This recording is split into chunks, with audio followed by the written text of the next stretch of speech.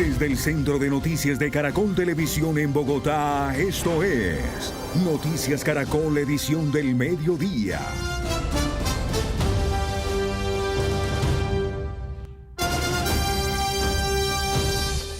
Son las 12 de la tarde, 32 minutos, y a esta hora volvemos con la información de un nuevo atentado terrorista que sacudió hoy a Cali, donde un bus escolar explotó y lanzó cilindros bomba contra la tercera brigada del ejército. El atentado ocurre pocos días después de que el alcalde de la ciudad y la gobernadora del Valle advirtiera sobre la posibilidad de que se presentara este tipo de hechos y ordenaran medidas para prevenirlos. Vamos a la capital del Valle con Stephanie Perlaza y saludamos también a John Alex Henao. Stephanie, ¿qué se sabe del atentado?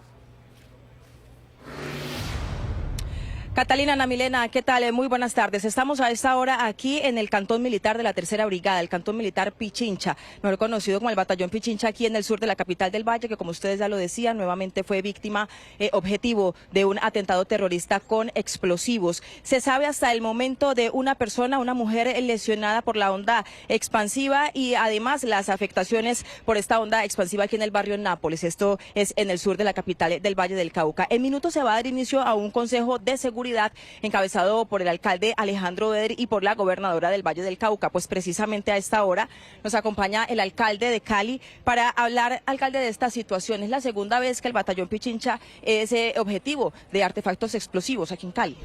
En los últimos 2 años, esta es la octava bomba que estalla en la ciudad de Cali. Una en el 24 contra Pichincha, 6 el año pasado en distintos puntos de la ciudad que dejaron además 10 caleños muertos, y ahora esta. Esta bomba estalló hoy hacia las 10 de la mañana, la dejó un terrorista con una buceta que disparó unas pipetas, por lo menos una cayó sin estallar aquí en el batallón, ya entraremos al consejo a ver qué más ocurrió, y una estalló en la buceta. Gracias a Dios, pues aparentemente solo hay una víctima al momento. El terrorista salió corriendo detrás del hospital psiquiátrico. Estamos ofreciendo una recompensa de 50 millones de pesos para dar con este individuo. Tenemos un plan candado en el sector. Sí le pido a los vecinos de la Comuna 18, Comuna 19, que nos den información. Pero lo cierto es que no es aceptable que Cali siga en esta situación, como un laboratorio de terrorismo. Llevamos 2 años pidiendo mayor inversión de parte del gobierno nacional, inversión que ha llegado en alguna medida, pero no suficiente.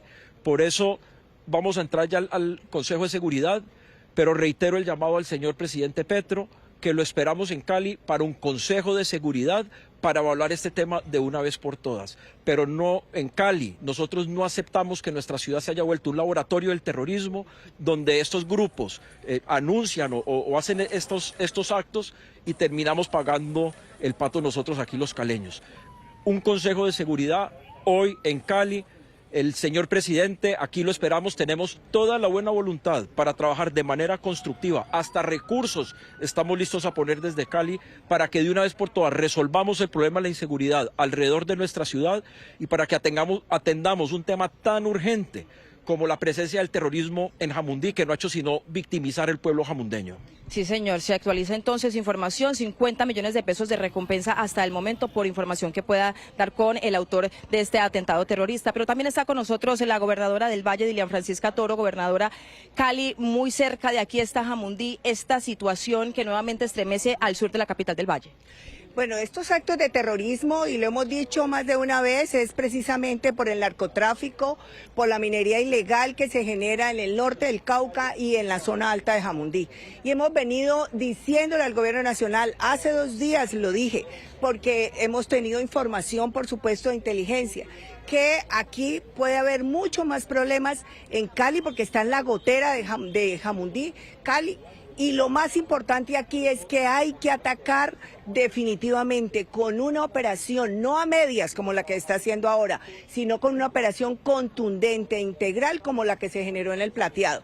Eso lo hemos venido diciendo, hace 2 días lo dije, se lo solicité al gobierno nacional, le estamos diciendo al presidente Petro, aquí estamos, aquí nosotros estamos trabajando, queremos articular con el gobierno nacional, queremos trabajar de la mano, queremos que se acabe el narcotráfico y la minería ilegal en el norte del Cauca y en Jamundí, que nos está afectando directamente con estos actos terroristas en Cali y en el departamento del Valle del Cauca. Gobernadora, está a minutos de iniciar el Consejo de Seguridad. ¿Qué autoridades, además de las regionales, van a hacer presencia en él?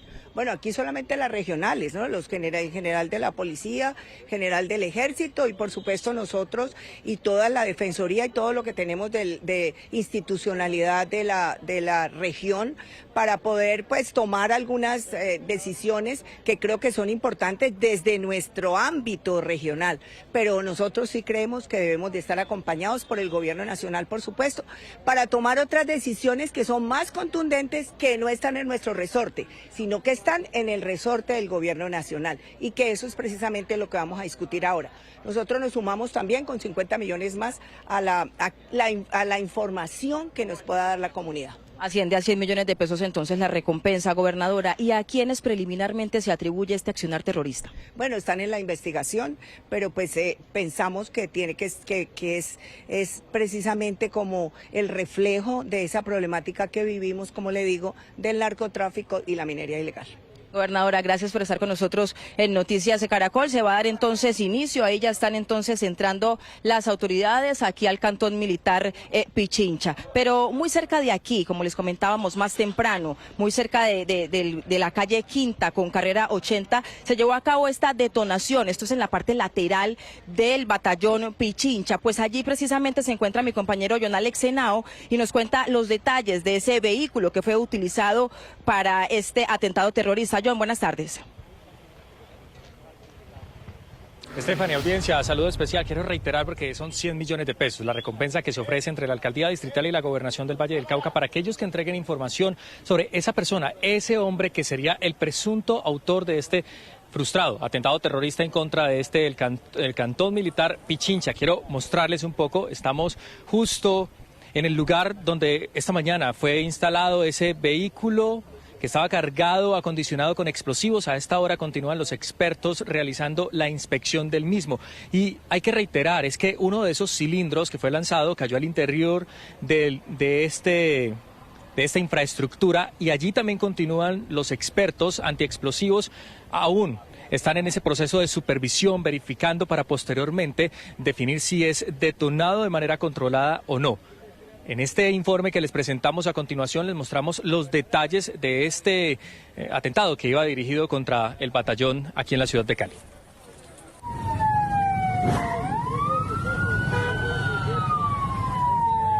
Un nuevo atentado terrorista sacudió a la ciudad de Cali.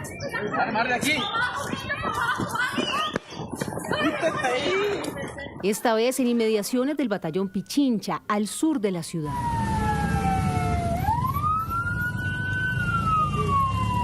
Cuatro cilindros fueron lanzados desde este vehículo que terminó en llamas.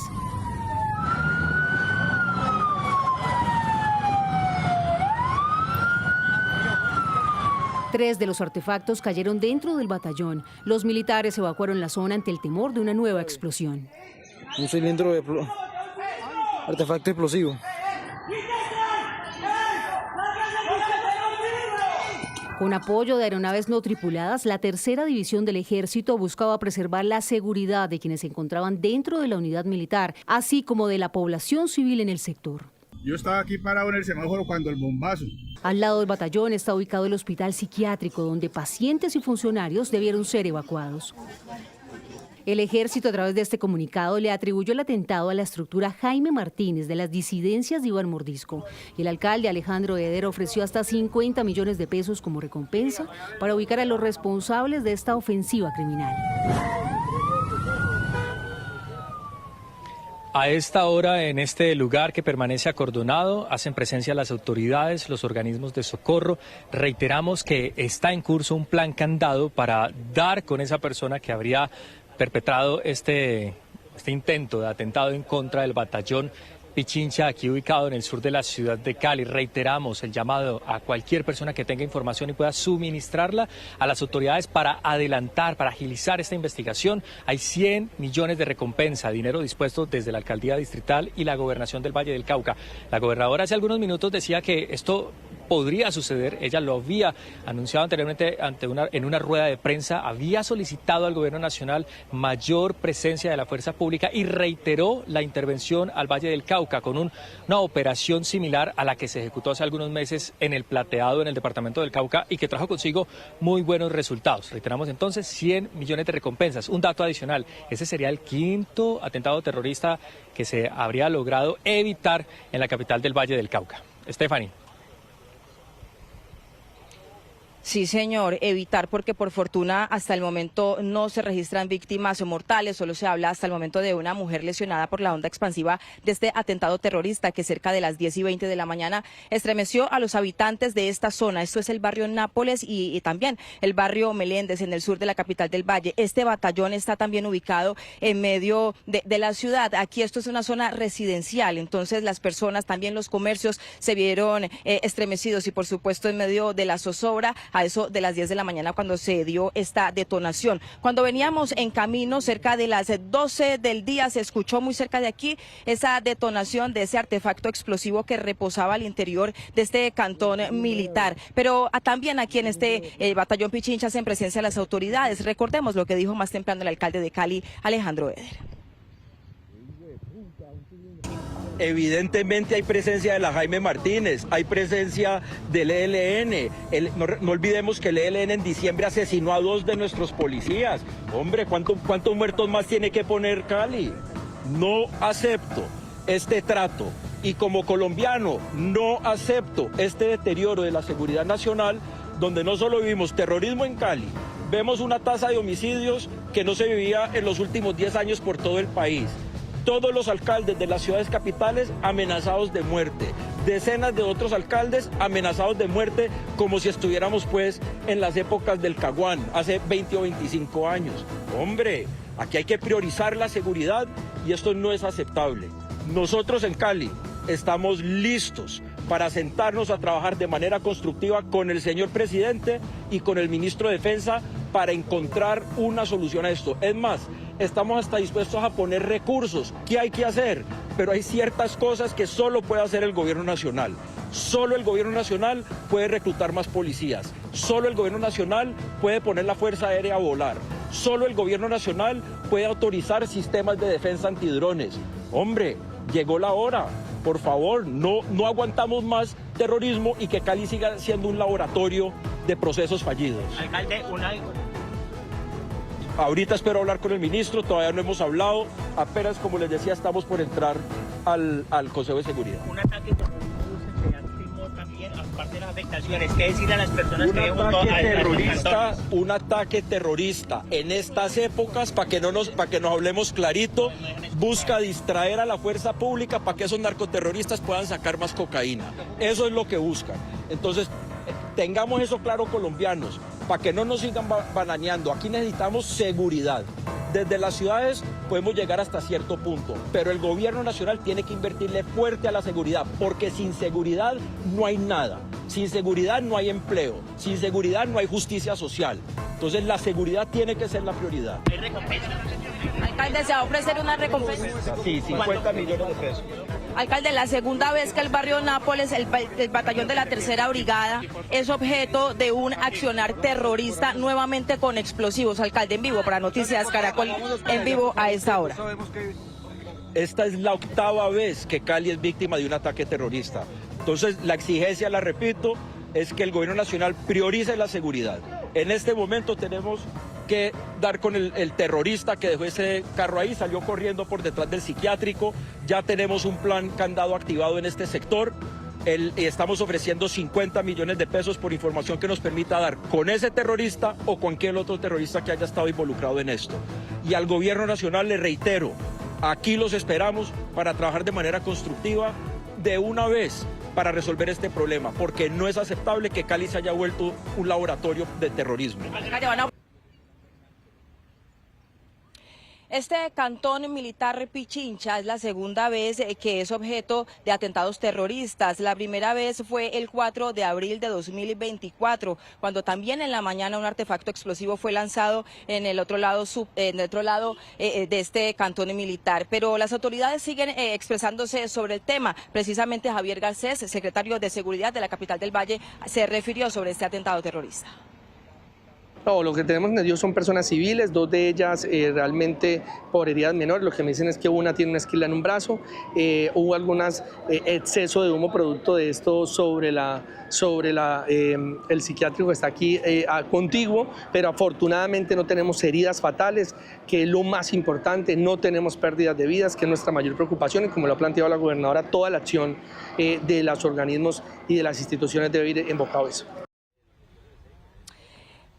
Este cantón militar ha entrado a partir de que se registró este atentado en acuartelamiento de primer grado, y precisamente les vamos a mostrar a esta hora la situación que está pasando. 12 del mediodía, 47 minutos. Este es el batallón Pichincha que queda sobre la calle Quinta. Lo que está pasando a esta hora, imágenes desde el aire, ustedes pueden ver a esta hora la calle Quinta, la calle más larga de Cali. Aquí queda este cantón militar. En la intersección con la carrera 80 es donde se lleva a cabo la instalación de este vehículo acondicionado con explosivos tipo cilindro que posteriormente fueron lanzados hacia el batallón Pichinchas. En las imágenes del dron se ve el momento en que las unidades antiexplosivos hacen esa detonación controlada al interior del batallón Pichincha, de la que ya les hablábamos más temprano, que se realizó cerca de las 12 del mediodía. Uno de los cilindros que había caído aquí adentro de este batallón fue detonado de manera controlada, por lo que aquí hacía presencia también las unidades de antiexplosivos para llevar a cabo esta detonación. La comunidad de estos barrios, Meléndez y Nápoles, pues todavía sigue en la zozobra, con muchas preguntas, porque no es la primera vez, es la octava vez que la capital del Valle es blanco de accionarios terroristas con explosivos. Nosotros en Noticias Caracol estamos muy atentos a ese resultado del Consejo Extraordinario de Seguridad que se adelanta aquí en el cantón militar Pichincha, y por supuesto les entregaremos los detalles de lo que pasa a esta hora en la capital del Valle. Sí, señora, y también la respuesta por parte del Gobierno Nacional. Hasta el momento, por lo menos en su cuenta de X, no se ha pronunciado el presidente de la República, Gustavo Petro, atendiendo al llamado de la gobernadora del Valle, alcalde. Y estamos atentos a esos resultados del Consejo de Seguridad. Pero la otra noticia, Ana Milena, de este momento está también en Cúcuta, donde ocurrió una masacre que deja 4 personas muertas. Pero al mismo tiempo, esta difícil situación en la frontera será uno de esos temas claves en la reunión del presidente Gustavo Petro con Delcy Rodríguez en Caracas. Pero vamos primero a Cúcuta, donde según las autoridades el ELN sembró el terror en una zona rural de esta ciudad. Las autoridades analizan si estos crímenes estarían relacionados con otros registrados esta misma semana. Richard Quiñones, ¿qué es lo último? Ana Milé, muy buenas tardes. Lo último es ese Consejo de Seguridad Extraordinario que avanza a puerta cerrada. Ha dejado las primeras conclusiones. La primera, la cúpula militar con la presencia también del ministro de Defensa se estará visitando la zona de frontera en las próximas horas. 2 recompensas. La primera de 30 millones de pesos por la masacre de 4 hombres en un asentamiento humano. La segunda, una recompensa de 30 millones de pesos por otro hecho aislado que tiene que ver con el sicariato que comprometió a una menor de tan solo 9 años de edad. Nos acompaña a esta hora el doctor Luis Fernando Niño, quien es el alto consejero de paz del Departamento Norte de Santander. Bienvenido a Noticias Caracol y cuéntenos por qué se está trasladando la violencia desde el Catatumbo hacia la ciudad de Cúcuta. Bienvenido. Un saludo muy especial a toda Colombia que nos ve. Lamentablemente llevamos una semana muy complicada en el norte de Santander. Hace 15 meses que inició una guerra que no termina. Hoy estamos hablando de que en los últimos 4 días esta guerra ya llegó al área metropolitana de Cúcuta. Las masacres del municipio del Zulia, de la Ye de Astilleros, los secuestros en la zona de Ocaña y de Campo 2, y por supuesto lo que ocurrió anoche en la zona del barrio El Talento, en donde fueron asesinadas 4 personas que eran desplazadas de aquel desplazamiento que inició el 16 de enero del 2025. Es una situación dramática, estamos llamando a que cese el fuego, a que se respete la vida. La gobernación del departamento tiene en seguridad toda la capacidad seguridad instalada por parte de nuestra fuerza pública, pero también tenemos activados todos los mecanismos humanitarios para que salgamos de una vez por todas de esta lamentable situación en la que estamos sumidos aquí en el norte de Santander. Muchísimas gracias, Luis Fernando Niño, alto consejero de paz del Departamento de Norte de Santander. En Noticias Caracol hicimos un recuento de lo que ha sucedido en las últimas horas con esta ola de violencias que enfrenta el área metropolitana. Hasta esta humilde vivienda ubicada en el asentamiento humano El Talento llegaron hombres con armas de largo alcance, identificándose como guerrilleros del ELN, y dispararon contra esta familia, que había llegado hace 3 días provenientes de Tibú en el Catatumbo. El saldo, 4 hombres muertos y 2 mujeres heridas. Sobre las 7 de la noche, 2 hombres en motocicleta portando armas de largo alcance ingresaron a una vivienda y dispararon indiscriminadamente contra 6 personas que se encontraban ahí, 4 hombres y 2 mujeres. Los 4 hombres fallecen, 3 en el lugar de los hechos y 1 más siendo trasladado a un centro asistencial. Las 2 mujeres se encuentran en recuperación. Todos sabemos que en ciertas zonas de la ciudad, en barrios de la periferia, hace presencia bases urbanas del ELN y de la disidencia de la FARC. Anoche se enfrentaron y resultaron muertos dos personas pertenecientes a las disidencias de la FARC.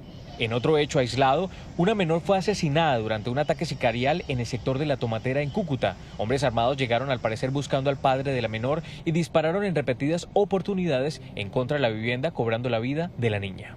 Se conoce que una menor de edad de 9 años de edad fue asesinada en el barrio La Tomatera de la ciudad de Cúcuta. Los hechos son materia de investigación. Inmediatamente se conoció de este homicidio, se trasladó nuestra SIJIN para recolectar elementos materiales probatorios e iniciar las investigaciones correspondientes en coordinación con nuestra Fiscalía General de la Nación. En Cúcuta fue reforzada la seguridad en los sectores donde se presentaron los ataques. Así que en este momento hemos realizado un reforzamiento, posicionamiento de tropas sobre la vía que va desde Cúcuta a Tibú, teniendo en cuenta unos puntos nodales importantes como el Valle de Astilleros. De igual forma, aquí en Cúcuta se va a activar todo lo que tiene que ver con el plan blindaje, que ya se ha establecido, nuestro plan candado, y empezar a realizar trabajos con nuestro Gaula. Los anillos viales oriental y occidental tendrán un refuerzo de seguridad del ejército y la policía. Y seguimos ahora hablando del Catatumbo, pero específicamente el municipio de Tibú y lo que tiene que ver con los secuestros. Pues en las últimas horas se conoció el plagio específicamente de Edinson Balaguer, empresario y administrador de la ruta aérea de Satena en este municipio del Catatumbo. Pues se conoció el secuestro y por parte de los grupos armados que delinquen en la zona. Actualmente nos explican que la empresa suspendió de manera definitiva la ruta aérea Cúcuta-Tibú, Tibú-Cúcuta, una ruta importante que tenía frecuencias aéreas los lunes, los miércoles y los viernes, y era sumamente importante para la economía del departamento de Norte de Santander. Gracias, Richard. Y hace poco más de media hora aterrizó en Caracas el presidente Gustavo Petro para su primer encuentro con Delcy Rodríguez como mandataria interina de Venezuela. Tenemos contacto telefónico a esta hora con Beatriz Adrián, nuestra corresponsal de Noticias Caracol, quien está en el Palacio de Miraflores. Beatriz, ya llegó Petro a la sede presidencial. ¿Qué se espera de este encuentro? Hola, sí, muy buenas tardes. Ya arribó hace algunos minutos el presidente de Colombia, Gustavo Petro, y fue recibido por Delcy Rodríguez. Vino acompañado del mandatario colombiano, de la ministra de Comercio, por supuesto del ministro de Defensa, Pedro Sánchez, y aquí fue recibido por Delcy Rodríguez a las puertas del Palacio de Miraflores. Lo que se espera de este encuentro son reuniones, según ha informado Gustavo Petro, en el marco de seguridad y defensa, pero según informa Venezuela son 11 mesas de trabajo, principalmente comerciales y de seguridad, pero también de turismo y otras materias. En este momento se encuentran en una sala del Palacio de Miraflores reunidos ambos mandatarios en un encuentro privado que tiene lugar donde han podido acceder exactamente las delegaciones de ambos países, con la canciller Rosa Villavicencio, el canciller Iván Gil. Recuerden ustedes que desde distinto se esperaba esta reunión, había dicho Gustavo Petro que se esperaba desde el mes de la semana pasada, cuando anunció desde España que él venía a Venezuela. Nosotros estaremos atentos al desarrollo de esta información y les llevaremos a ustedes todos los detalles. Todas las conclusiones de este encuentro. Beatriz, gracias. En otros temas, el ministro de Trabajo, Antonio Sanguino, acudió hoy al Congreso de los Fondos Privados de Pensiones y allí reiteró las razones del gobierno para ordenar el traslado de recursos de estos fondos a Colpensiones. El gobierno insistió hoy en explicar sus razones para ordenar el traslado de 25 billones de pesos de los fondos privados de pensiones a Colpensiones. Afirman que lo hacen porque son recursos que corresponden a las personas que se trasladaron de los fondos privados a Colpensiones. Aquí hay una decisión tomada, la gente se salió del fondo privado a Colpensiones, luego son vivos. Los que llegaron con derecho pensional ya los pensioné y les estoy pagando con recursos del presupuesto de la Nación porque ellos me deben aún los 5 billones y un poco más. Y los que decidieron trasladarse a Colpensiones, que ya son nuestros de Colpensiones, tienen que mandarle la plata. Mientras exista el fondo del Banco de la República, esos dineros deben entrar a las arcas de Colpensiones y eso es lo que dice textualmente el decreto. La suspensión provisional de la ley ha implicado que Colpensiones deba financiar el pago de las pensiones de todos aquellos que se hayan trasladado y ya hayan consolidado su pensión.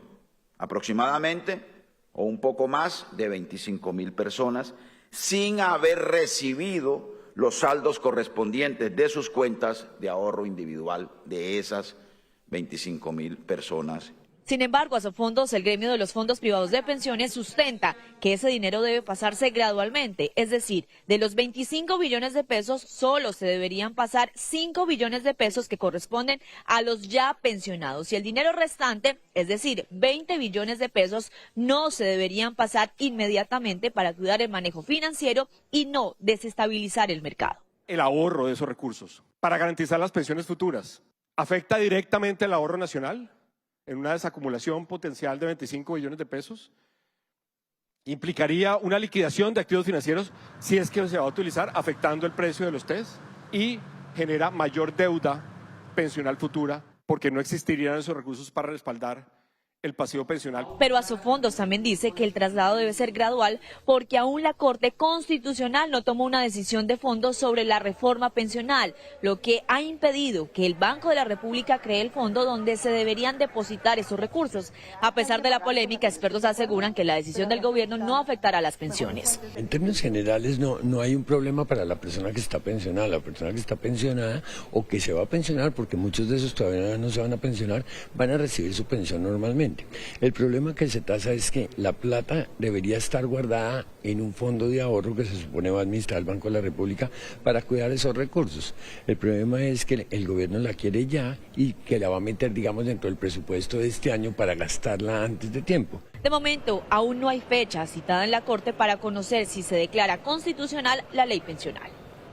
Pues a propósito de ese informe de Laura Rojas, vamos a desmenuzar bien este tema. El gobierno ordenó que los fondos privados trasladen a Colpensiones más de 25 billones de pesos. Pero ojo, no es una medida para todos los cotizantes. Aplica a un grupo específico de personas que ya se cambiaron del régimen privado al público. Ya les voy a especificar sobre ese tema. Pero entonces, específicamente, lo que dice el gobierno es que este decreto ordena que las AFP, las administradoras de fondos de pensiones privadas, trasladen a Colpensiones el 100% de los recursos de esas personas y que el plazo es de 30 días hábiles. En Noticias Caracol en vivo hablamos con Kevin Hartman, abogado de la Universidad del Rosario, quien nos explica claramente lo que dice la norma.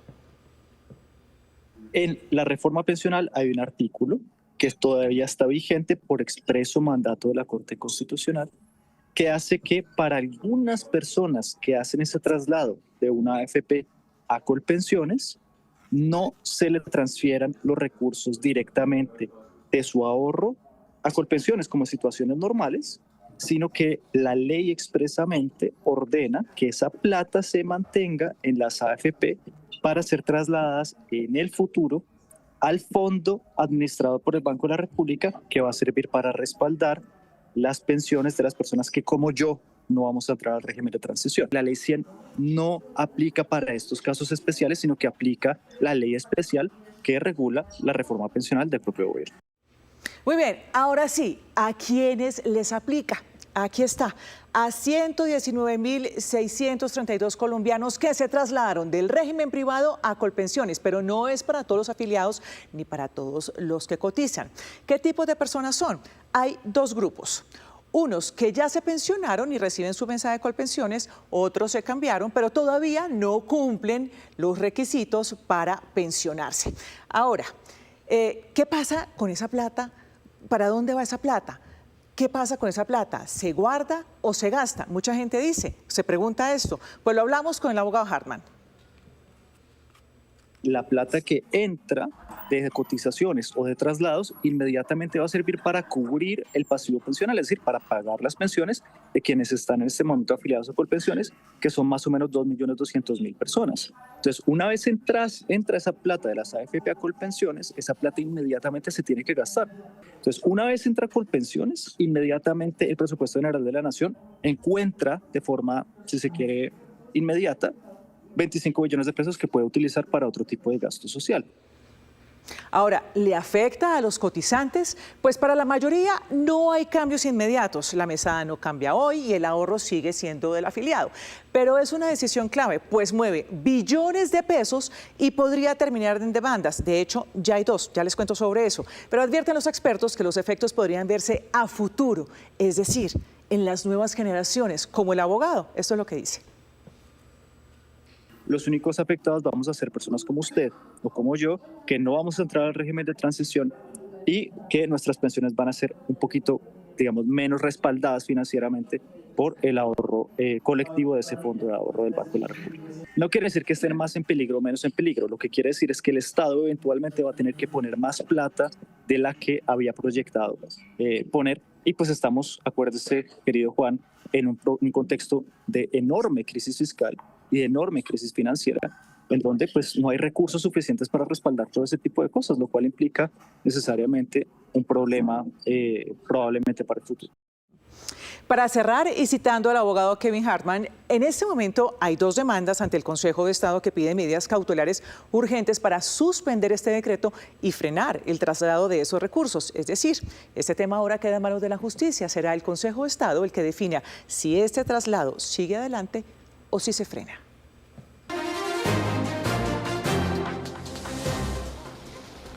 A esta hora es noticia el homicidio de un escolta de la Unidad Nacional de Protección en zona rural del municipio de Santander de Quilichao, en el norte del departamento del Cauca. Los hechos ocurrieron en el sector de San Pedro cuando el escolta y su protegido, un líder campesino, se movilizaban sobre la vía Quitapereza. Según la información, hombres fuertemente armados salieron a la carretera, dispararon a la camioneta en la que se desplazaban el escolta y su protegido, quitándole la vida al hombre de protección. En medio de los hechos, el líder campesino, quien era el protegido, resultó ileso. A esta hora hay un fuerte dispositivo de seguridad en el norte del Cauca. Policía y ejército tratan de dar con los responsables de este nuevo homicidio en el departamento. A esta hora se reportan ya 8 veredas incomunicadas en límites entre Pueblo Rico y el departamento del Chocó. También se ha reportado la llegada de 35 familias más de las comunidades indígenas que se han visto afectadas por derrumbes y por problemas en sus acueductos. La Oficina de Atención al Riesgo y la Gobernación de Risaralda ya entregaron las primeras ayudas, entre ellas mercados, y se ha adecuado un salón en uno de los coliseos de este municipio en Pueblo Rico para albergar ya a cerca de 150 personas indígenas que se encuentran en este lugar esperando más ayudas. A esta hora, la Jurisdicción Especial para la Paz adelanta una audiencia regional de reconocimiento de responsabilidad del bloque Caribe de las extintas FARC por secuestro. La JEP llamó a 5 ex jefes de ese grupo subversivo a reconocer en público frente a la justicia y las víctimas su responsabilidad por secuestro y otros crímenes cometidos en Magdalena, Cesar, La Guajira, Sucre, Bolívar y en la ciudad de Barranquilla. Entre los secuestros que reconocieron en la audiencia realizada en la Universidad Nacional, sede del municipio de La Paz, está la de la exministra de Cultura, Consuelo Araujo Noguera. Los comparecientes son Gilberto Giraldo, Usmani Landero, Uriel Oviedo, Luis Cuadras y Abelardo Caicedo Colorado. A esta hora en Caldas, la industria licorera celebra la reciente decisión tomada por la Corte Constitucional de tumbar la emergencia económica del año 2025 y devolver los impuestos a los licores. Es importante destacar que con este impuesto que se iba a aplicar a los licores, el consumidor final tendría un aumento casi del 70%. Sin embargo, y no obstante, los directivos de la destilera del departamento aseguraron que durante estos meses del año han centrado sus ventas en mercados internacionales internacionales precisamente a la espera de esta decisión. Moody's Ratings rebajó la calificación de Ecopetrol. Taliana Garzón, de Negocios Dito, nos explica los motivos detrás de esta decisión. Taliana, buenas tardes. Catalina, ¿qué tal? Muy buenas tardes. La calificadora de riesgo Moody's bajó la calificación crediticia para Ecopetrol, la empresa más importante de nuestro país. Pasó de BA1 a BA2, lo que significa que prestarle dinero a Ecopetrol ahora es más riesgoso que antes. La perspectiva, por su parte, pasó de estable a negativa y se convierte en una advertencia de que si las cosas no mejoran pronto, su nota podría seguir bajando. Respecto al perfil crediticio, se mantuvo estable en B1, lo que se traduce en que la empresa tiene capacidad para cumplir con sus obligaciones, pero es altamente vulnerable. Y justamente las razones principales de esta rebaja de la calificación obedecen a la interferencia, por un lado, gubernamental, ya que existe preocupación sobre la autonomía de la Junta Directiva y cómo las políticas del Gobierno Nacional podrían influir en la estrategia de la petrolera en el corto y en el mediano plazo. También la incertidumbre con el FEPEC. La calificadora destaca problemas con la previsibilidad y la puntualidad también de los pagos provenientes del Fondo de Estabilización de los precios de los combustibles, del FEPEC. Y finalmente, como tercer argumento, está el riesgo de endeudamiento. Se observa una presión por el alto nivel de dividendos entregados y la necesidad de buscar nuevo financiamiento, lo que eleva el riesgo que la empresa aumente su deuda para cubrir gastos operativos o de inversión. Así que la ampliación de esta y otras noticias económicas, compañeros y televidentes, acá en Negocios Dito, los esperamos. Claro que sí, Daliana, ahí estaremos, 1:00 p.m, 7 minutos. Académicos y varios sectores se sumaron hoy a las preocupaciones de la CIDH sobre los riesgos para ejercer el periodismo en Colombia. Todos piden evitar la estigmatización a periodistas y medios de comunicación, sobre todo por parte del Gobierno Nacional. El informe de la Comisión Interamericana para los Derechos Humanos reveló su preocupación por el riesgo que tienen los periodistas en Colombia para ejercer su oficio.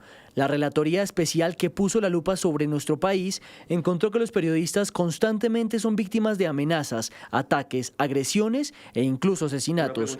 Esta voz de preocupación también ha sido elevada por la Fundación para la Libertad de Prensa. Estamos en un momento en el que las personas que quieren informar sobre temas de altísimo interés público tienen que hacerlo en unas condiciones muy precarias. El informe alerta sobre una estigmatización sostenida y baja tolerancia del Gobierno Nacional sobre asuntos de interés público o críticas gubernamentales. La CIDH menciona puntualmente al presidente Gustavo Petro y la investigación de Noticias Caracol, en la que denuncia presuntos nexos entre la disidencia de Elias Calarcá y altos funcionarios del Estado. En ese momento el mandatario cuestionó la labor de este noticiero, calificándola de falsa y de cometer varios errores. Para la CIDH, estas y otras declaraciones pueden ser interpretadas como una posible amenaza de censura. Entre tanto, la FLIP pide no solo al presidente, sino a todos los mandatarios locales no contribuir a este tipo de estigmatizaciones. Cuando ya se pasa esa línea y se empieza a llamar mentirosos, criminal, enemigos en algún momento y pone en riesgo a los periodistas, nosotros lo vemos en las regiones muy frecuentemente. Nosotros recientemente documentamos casos en Arauca donde, digamos que tras amenaza, periodistas han recibido amenazas por parte de grupos armados luego de que el alcalde haya estigmatizado a los periodistas. Justamente el informe alerta sobre la seguridad de los periodistas en zonas con altas incidencias de grupos armados. Detalla que en 34 municipios donde se puso la lupa, el 24% de los medios recibió amenazas buscando suspender sus coberturas y el 35% evitó publicar información por su seguridad. Desde la academia también se unieron a las voces de rechazo. Este tipo de presiones que surgen de funcionarios públicos, pues evidentemente empeoran la situación ya de descrédito, de problemas de financiación, de interferencia de actores económicos y políticos dentro del oficio.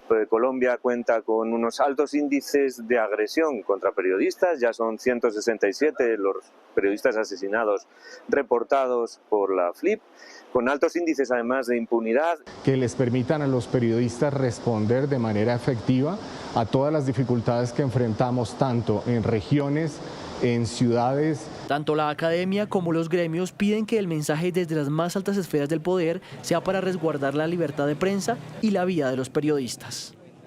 Pues consultamos también a los candidatos presidenciales frente a estas advertencias que revela la CIDH. Juan David Ríos, ¿qué dijeron? Ana Milena, mire, los candidatos justamente rechazan este informe y advierten que durante el gobierno del presidente Gustavo Petro pues se vulneraron varios derechos hacia los periodistas y medios de comunicación. Hablamos con Paloma Valencia, también con Roy Barreras y con Abelardo de la Espriella, y esto fue lo que nos contestaron. Mire, lo de este gobierno yo creo que es la triste historia de los inicios de las tiranías, que odian la prensa libre, que odian a todo aquel que quiere opinar sobre algo, y que es la continuidad de Iván Cepeda, que ya anuncia que no va a hacer debates, bien antidemocrática la actitud, pero de una vez le echa vainas a los medios de comunicación diciendo que ya tomaron partido. Creo que aquí estamos viendo el inicio de los gobiernos autoritarios. Que quede claro que no hay democracia sin prensa libre. La estigmatización, los ataques, las presiones sobre los periodistas o los medios son ataques contra la democracia. Todo gobierno que se precie demócrata tiene la obligación no solo de proteger la vida del periodista, la garantía para los medios de comunicación, sino el derecho a opinar libremente. La persecución, la estigmatización, eso es lo que hacen los gobiernos de izquierda radical y es lo que quiere acentuar Petro con su heredero, el señor Cepeda. Sorprende que las autoridades colombianas, el procurador está pintado en la pared, no haya tomado acciones frente a un hecho tan grave y lamentable. Horas antes de haber conocido este informe de la CIDH, el candidato Iván Cepeda, en una declaración en Pereira, habló, por supuesto, de los grandes medios de comunicación. Cuestionó justamente algunos medios de comunicación y también hizo un llamado a los directores de ellos. Esto fue lo que dijo justamente en Pereira. Vivimos un tiempo en el que algunos de los grandes medios de comunicación y portales de las redes sociales han tomado abiertamente partido por la extrema derecha y su propaganda sucia.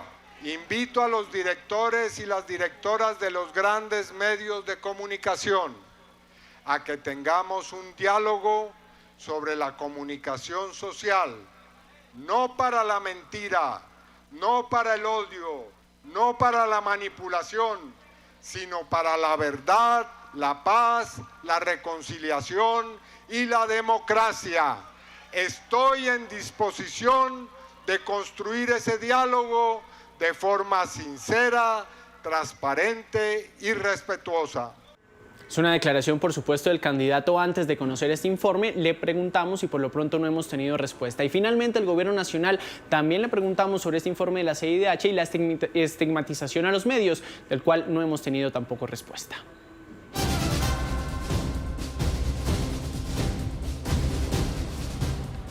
En más de 50 ciudades del país se está realizando el Burger Master, un evento gastronómico que mueve la economía del país. En Medellín, Bucaramanga, Villavicencio y Santa Marta los comensales están felices. Comenzamos este recorrido aquí en la capital de la montaña con Erika Zapata. Erika, ¿qué detalle nos tiene? Muy buenas tardes. Este es uno de los 65 restaurantes del departamento de Antioquia que están participando de la Burger Master. Y miren, este delicioso producto, esta deliciosa hamburguesa de este restaurante, aquí en el departamento de Antioquia, el ingrediente esencial es el tocino en diferentes presentaciones. Y miren, muchas filas de personas a esta hora que vienen a probar estas hamburguesas bien baratas, solos o acompañados. Tenemos un promedio de más de 2 millones de hamburguesas que ya se superaron el día jueves. Recuerdo que el año pasado fueron 3.3 millones, vamos a ver a dónde vamos a llegar este año porque lo de este año ha sido apoteósico realmente. Esto es filas en todas las ciudades, mira, es muy tempranito y ya tú empiezas a ver las filas en los locales en todas las ciudades, la gente viene con mucho ánimo a comerse su hamburguesa de 21.000 pesos y todo ha salido hasta este momento muy bien, la gente está feliz. Y miren, la hamburguesa no solamente hay que consumirla aquí en los restaurantes del departamento de Antioquia, uno también se la puede llevar para la casa. La idea no es solo comerse una, sino ir a varios restaurantes para probar bastantes. En Bucaramanga, la capital mundial de la hamburguesa, durante estos primeros 4 días del Burger Master se han servido más de 130.000 hamburguesas. Son 41 restaurantes los que están participando con una variedad amplia para todo tipo de paladar. Yo les cuento que hay panes de colores, carne jugosa, tocinetas, y esto está incluido entre las cartas. Incluso miren ustedes, porque es que este es uno de los planes favoritos de los bumangueses, que han llegado desde muy temprano a hacer largas filas en familia, con amigos, incluso con la pareja, para compartir de este Burger Master que inició desde el pasado 20 de abril y que va hasta el próximo domingo. Para esta versión, las hamburguesas en Bucaramanga se están ofreciendo a 21.000 pesos y por supuesto aquí no puede faltar el toque santanderiano, la mezcla de la salsa tártara con piña. Y en Villavicencio son 15 hamburgueserías las que están compitiendo en el Burger Master a nivel nacional. En promedio, en la capital del Meta se están vendiendo 1.000 hamburguesas por día en cada local. Hicimos un sondeo con los competidores y Hamburguesas del Juego reporta 7.500 hamburguesas vendidas a la fecha. Recordemos que son los actuales campeones en Villavicencio, que el año pasado vendieron más de 10.000 hamburguesas. Gringos está reportando 5.000 hamburguesas a la fecha y Fierro Burgues alrededor de unos 4.000 hamburguesas vendidas. Recordemos que esta competencia de la hamburguesa más vendida en Villavicencio se extenderá hasta el próximo domingo a las 11 de la noche. Como ustedes lo pudieron ver, son largas las filas que hay en la ciudad. Santa Marta es una de las ciudades top en cuanto a la creación de las mejores hamburguesas y por eso hace parte del Burger Master, el evento más grande a nivel nacional en lo que representa a las mejores hamburguesas. La capital del Magdalena participa con 9 restaurantes, con una derrama económica de 2.500 millones de pesos aproximadamente y un aumento significativo del 9.5% en cuanto a los empleos se refiere para generar este tipo de hamburguesas. Y es que son en total 12 de estos mejores platillos los que estarán disputándose como la mejor hamburguesa de la ciudad de Santa Marta. ACODRES y las directivas gastronómicas de la capital del Magdalena le han pedido a los diferentes comensales no solamente probar estas delicias, sino que al mismo tiempo puedan votar con el código QR. Gracias, Winton. ¿Y cómo avanza el Burger Master en Bogotá? Luisa Polo nos hizo un recorrido por algunos lugares. ¿Qué tal las hamburguesas, Luisa? Catalina, una delicia, estoy antojada y estoy en uno de los puntos que participa en esta edición y que ha participado en los tradicionales desde 2016 en esta edición de Burger Master y quiero mostrarles, este es el plan a esta hora en Bogotá, venir a almorzar y probar las hamburguesas participantes.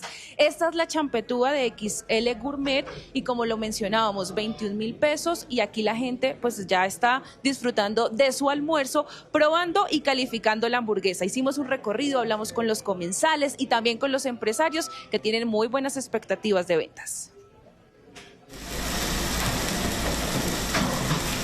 La semana perfecta para los amantes de las hamburguesas, el Burger Master 2026, donde por solo 21.000 pesos usted puede deleitarse con una hamburguesa de autor creada exclusivamente para este festival gastronómico que busca premiar a la mejor hamburguesa del país. Visitamos algunos restaurantes participantes para que se animen a probar las hamburguesas, por ejemplo, La Goleadora. Una carne Certified Angus Beef, un pan brioche tipo pretzel que es extremadamente suave, un queso cheddar, queso Filadelfia, una mayo churri que te va a hacer explotar los sabores, una mermelada de tocineta y fresas que le da ese dulzor que necesita la burger. Es realmente muy balanceada y en la parte de arriba tenemos el balón goleador que es una explosión de queso que te va a hacer alucinar. ¿Qué fue lo que más le gustó? La mezcla de fresa con tocineta, es muy rica y el queso Filadelfia me encanta, el pan, la salsa, las papas, el baloncito de acá arriba, todo. También conocimos la champetúa.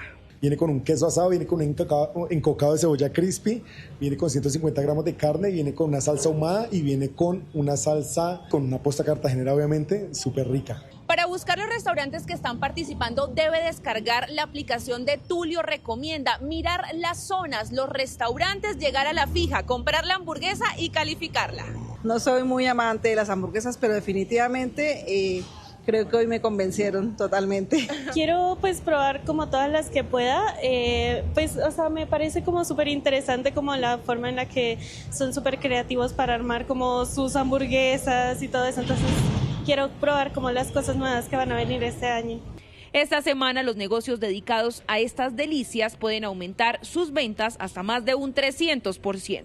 Ana Milena y Catalina, miren, este es el plan familiar y restan 2 días para que ustedes puedan venir a disfrutar del Burger Master. Aquí ya hay fila, aquí en XL Gourmet, y han vendido, me decía el dueño del lugar, 10.000 hamburguesas esta semana en todos sus puntos de venta.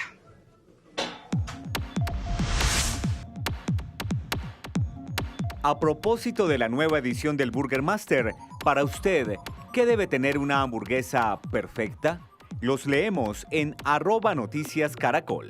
Las medidas para proteger a los niños y adolescentes de la carga que traen los dispositivos electrónicos empiezan a dar sus frutos en varios colegios del país. Cada vez son más las instituciones educativas que implementan jornadas de desconexión total para mejorar la calidad de vida de los estudiantes. De verdad que no hay dispositivos en la mesa. Isabela y Juan Sebastián son 2 estudiantes de The English School, colegio que desde hace 5 años empezó a promover jornadas académicas sin uso de dispositivos electrónicos. Este año esa jornada tuvo un significado diferente, porque no solo estuvieron 8 horas alejados por completo de los celulares, sino que llevan varios meses enfrentando esa realidad, desde que el colegio empezó a implementar ciertas restricciones. Siento que al principio todos como que lo hicimos negativo, ya que sí éramos un poco dependientes, sobre todo de los celulares, siento yo. También siento que la comunicación, digamos, con nuestros padres acá en el colegio era un poco difícil, pero poco a poco creo que nos hemos ido acomodando a estas reglas. Aquí los días ya no avanzan en medio de grupos de estudiantes pegados al celular. Las actividades de contacto físico, conversación y al aire libre tienen vida. Y ser mucho más consciente a la hora de tener mis dispositivos. Por ejemplo, las redes sociales. Sé que tengo una hora determinada para verla después de colegio, después de las 4 de la tarde me permito verla y tengo límites de 1 hora máxima por día. Son más de 1.000 estudiantes que están ocupando su tiempo dentro de las aulas de forma más productiva en esta institución educativa y hacen parte de la estrategia anunciada hace más de un año por la Unión de Colegios Internacionales. Hemos visto en las prácticas cotidianas de la vida un retorno, un renacimiento importante a los encuentros personales e interpersonales. En The English School, desde 9º grado, tienen completamente prohibido traer el celular y los adolescentes de 10º y 11 pueden hacerlo, pero el uso tiene límites. Los niveles de ansiedad bajan porque no están pendientes de la inmediatez, ¿sí? Entonces eso también los ayuda a regularse emocionalmente. No están pendientes de todo lo que está pasando para publicarlo en las redes sociales, sino están pendientes de vivirlo. Desde Red Papás reiteran que el cambio es favorable y debe extenderse a las familias. De nada sirve si regulamos el uso de los dispositivos en los colegios, pero los niños llegan a conectarse las otras 8 horas o 5 horas, 6 horas en sus casas. Tras semanas de enfrentar el autocontrol, hoy los estudiantes dejan varias reflexiones. Digamos, si uno tiene solo 1 hora, como ser consciente en verdad cómo voy a darle provecho a esa hora, como usarla bien. Genuinamente hay mucho más allá de los dispositivos, hay que conectar con tus amigos, habla, ríete, en vez de estar pegado al celular o pegado en otro dispositivo electrónico. Y es que distintos países ya tienen en marcha estrategias para controlar el uso de los celulares en las aulas de clase. La UNESCO recomienda limitar su uso, el uso de los móviles, y califica el consumo de pantallas como elementos distractores que afectan el rendimiento de los estudiantes. Así ha sido la regulación en otros países del mundo. Uno de los primeros países en limitar el uso de celulares en los colegios fue Francia. En 2018 se prohibió el uso del dispositivo móvil y solo se utiliza con fines pedagógicos. A esta iniciativa se sumaron países como Italia, España, Nueva Zelanda, Países Bajos, entre otros. El objetivo principal de la restricción al uso del celular fue reducir la distracción en clase. Los resultados fueron muy positivos. Puedo decir que en cierta forma logramos que los alumnos presten más atención a lo que los profesores les están enseñando durante este tiempo. Eso es bueno, pero ahora debemos pensar en qué hacen los alumnos después de las clases. Por eso los colegios deben aportar contenido, pedagogía sobre el buen uso de los celulares a estos niños y adolescentes. Y también nosotros como padres deberíamos aportar en esta tarea. Pero no solo fue la distracción que generaban los celulares en manos de los estudiantes, sino también el aumento de casos de salud mental en menores de edad y el ciberacoso. Según la UNESCO, la utilización de estos dispositivos afectaban el aprendizaje y por eso recomendaron limitar el uso. En América Latina, países como México, Chile, Brasil y Ecuador ya adoptaron medidas para restringir el uso de celulares en las aulas de clase. Bueno, y a propósito de este tema, saludamos a Olga Lucía Jiménez Holguín, ella es psicóloga clínica de la Fundación Psicorehabilitar. Doctora, gracias por estar con nosotros y quiero empezar por preguntarle esto que hoy muchos jóvenes pasan muchas horas al día en Internet. ¿Qué efectos tiene eso en su comportamiento, su salud mental y además en esa forma de relacionarse? Bueno, muy buenas tardes, gracias por invitarme y es un placer acompañarlos en esta tarde. Bueno, los impactos son las conductas de aislamiento que presentan nuestros niños, menos tiempos en familia y menos tiempo con amigos, unas dificultades en las habilidades sociales que les impide interrelacionar de una forma efectiva, no logran tener concentración en tareas largas e importantes y las procrastinan. También existe una dificultad en las rutinas de autocuidado, que son las de higiene y sueño, rutinas sedentarias que afectan todos los temas de su salud y los riesgos con el uso inadecuado en las páginas como juegos, páginas de pornografía, el sexting, encontramos el grooming. Ese sería el impacto en este momento. Importante. Doctora, lo veíamos ahora en los informes. Cada vez más colegios están implementando jornadas sin celular. El informe decía que se podía presentar, por ejemplo, temas como la ansiedad y que cuando dejan de hacerlo, pues disminuye la ansiedad, por ejemplo. ¿Usted qué cambios en su experiencia se pueden ver, evidenciar en los estudiantes cuando se deja el celular?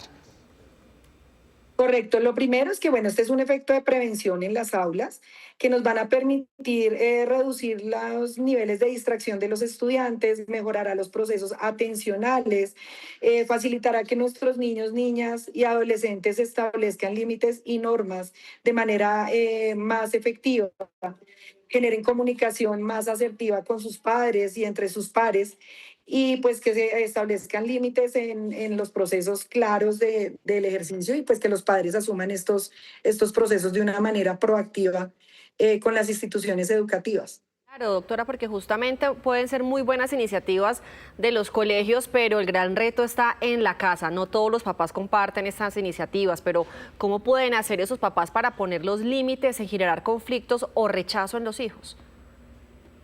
Bueno, lo primero que tienen que trabajar son los procesos de pautas de crianza, donde podamos establecer límites frente a los horarios en el uso de redes, establecer una aplicación de controles parentales para poder tener como un manejo más adecuado, fortalecer procesos de comunicación en la relación padres e hijos y poder compartir un poco más de tiempo, trabajar otra serie de actividades que ellos puedan establecer, por ejemplo, en su casa o en espacios sociales. Pero es importante que los papás se comprometan al 1000% con este proceso. Sí. Y obviamente buscar ayuda, ¿no? Cuando en el momento en que sentamos que no podemos hacerlo. Sí, pero ¿sabe qué, doctora? Y ya para terminar, ¿cómo, como padre de familia, cómo identifica que ya el hijo está teniendo una relación problemática o de dependencia con el celular? Cuando se impide la ejecución de actividades básicas, si le doy una instrucción y no me la cumple porque está utilizando el celular, porque ha venido teniendo una pérdida académica significativa, porque está muy aislado en su habitación o en espacios, porque no comparte con pares, es decir, los procesos de observación que tenemos que tener. La doctora Olga Lucía Jiménez Holguín, psicóloga clínica que nos acompañaba para ampliar este tema. Doctora, muchísimas gracias. Gracias a ustedes por el interés con este tema tan importante.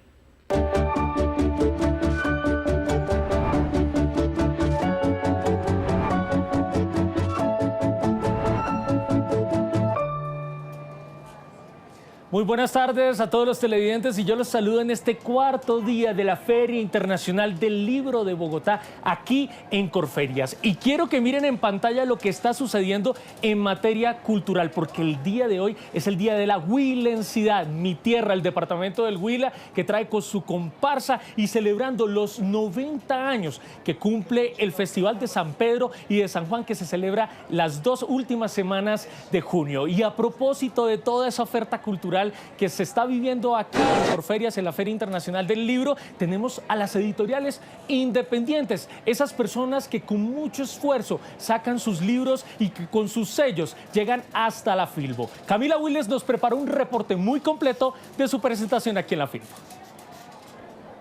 Acompáñeme al pabellón de editoriales independientes aquí en la Filbo, donde no solo hay muchos libros por descubrir, sino nuevos autores por conocer. En esta edición de la Feria Internacional del Libro de Bogotá hay 89 editoriales independientes, un sector que le hace contrapeso a las grandes industrias y que apuesta por nuevas voces, catálogos arriesgados y otras formas de entender el libro. La edición independiente colombiana hace un trabajo muy importante, que es diversificar los contenidos impresos que llegan al público lector colombiano. Tenemos editoriales especializadas en ciencia ficción, en cultura colombiana, en el folclore de Colombia, etcétera.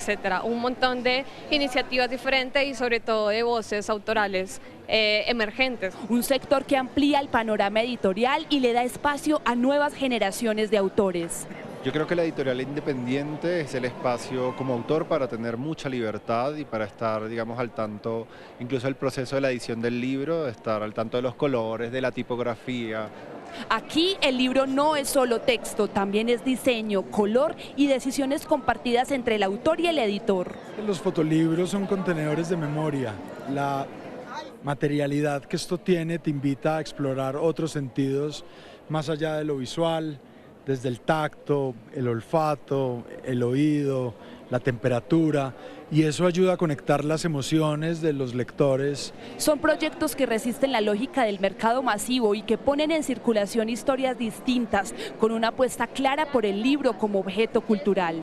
Es una industria que está muy regida por empresas muy grandes y pues acá tenemos muchas historias que no se encuentran en todos lados y nos importan mucho los libros y por eso estamos acá y por eso hay que apoyar las editoriales independientes. Apoyar las editoriales independientes es ampliar las voces que leemos como país. Y entre esas autoras destacadas para esta Filbo en su versión 38, hay una que su nombre lleva sonando un buen tiempo con su cuarta novela, en este caso, que se llama Noche Negra. Y por eso saludo a Pilar Quintana. Pilar, muchas gracias por hacer parte del set de Noticias Caracol en este cubrimiento especial. Y empecemos por ahí. Bueno, el viaje de Rosa en esta novela, tu último trabajo, ¿cómo empieza? Yo veo que hay todo un sinfín de recuerdos que complementan esta historia y llevan a Rosa en estar no solo en la soledad de la selva, sino en la soledad de su propia cabeza. Así es. Bueno, primero muchas gracias por esta invitación, muy contenta de estar acá en Filbo y en Caracol. Bueno, Rosa es una mujer súper fuerte que desafió como los mandatos sociales. Ella nació a principios de los años 40, fue a la universidad, no se casó, no tuvo hijos y ahora tiene un novio extranjero y ella decide que ella ya no quiere vivir más en la ciudad, sino llevar una existencia tranquila en la naturaleza y se van a un acantilado selvático en el Océano Pacífico a construir su propia casa. Y resulta que el marido tiene que irse unos días para solucionar un tema de su visa y ella empieza a sentirse muy amenazada en ese entorno. Y entonces esta mujer tan valiente que ha hecho lo que ha querido en la vida, de repente empieza a sentirse muy vulnerable. Pilar, a mí me encanta este trasegar de Rosa en su infancia, en su vida. ¿Cómo diste con toda esa articulación de un sinfín de memorias que terminan siendo también esa trama punzante y siempre latente conforme uno va leyendo el libro? Mira, el libro, la historia transcurre en 4 días. Son 4 días en la vida de Rosa, pero al final conocemos toda su historia, incluso desde antes de nacer, ¿no? Porque ella se queda sola y entre las amenazas de las que estaba hablando está la de su propia cabeza, ¿no? Lo que nuestra cabeza empieza a hacernos cuando nos quedamos solos y no tenemos con quién hablar. Y empieza a recordar, no las memorias felices, sino los traumas más tremendos que ha tenido, ¿no? Y entonces revisita su infancia, la relación con su papá, con un papá ausente, ¿no? Y que determinó además sus relaciones con los hombres, entonces examina también sus relaciones con los hombres y examina su lugar en el mundo y las verdaderas razones que la llevaron a desprenderse de todas las comodidades y a irse a vivir a un lugar que es precioso, pero muy duro, inhóspito. Inhóspito. Pilar, a mí me parece muy bonito que tú siempre acudes a tu natal Valle del Cauca. Y que toda la historia transcurre en ese Pacífico colombiano que muchos colombianos siguen sin conocer. ¿Cómo es la relación entre el entorno, entre tu tierra y puntualmente la historia de Rosa en esta novela? Es verdad, mira que toda mi obra, todas mis novelas transcurren en Cali, menos La Perra y Noche Negra, que transcurren a 1 hora de Buenaventura en lancha, es decir, a 3 horas de Cali, ¿verdad? Entonces todas mis novelas y toda mi obra es muy vallecaucana. Yo creo que yo tuve una gran influencia en la infancia. En aquella época leíamos todos María, de Jorge Isaacs, en el colegio, ¿verdad? Y Jorge Isaacs me enseñó algo muy importante, y es a ser capaz de maravillarse con la propia tierra, ¿no? A ser capaz de ver la maravilla que es la propia tierra. Uno muchas veces lo que tiene delante lo normaliza y le parece pues que eso es lo obvio y uno no lo ve. Leyendo María de niña, yo vi de verdad la tierra que yo habito es maravillosa, y creo que eso me influyó mucho en el ojo que yo tengo de escritora, ¿no?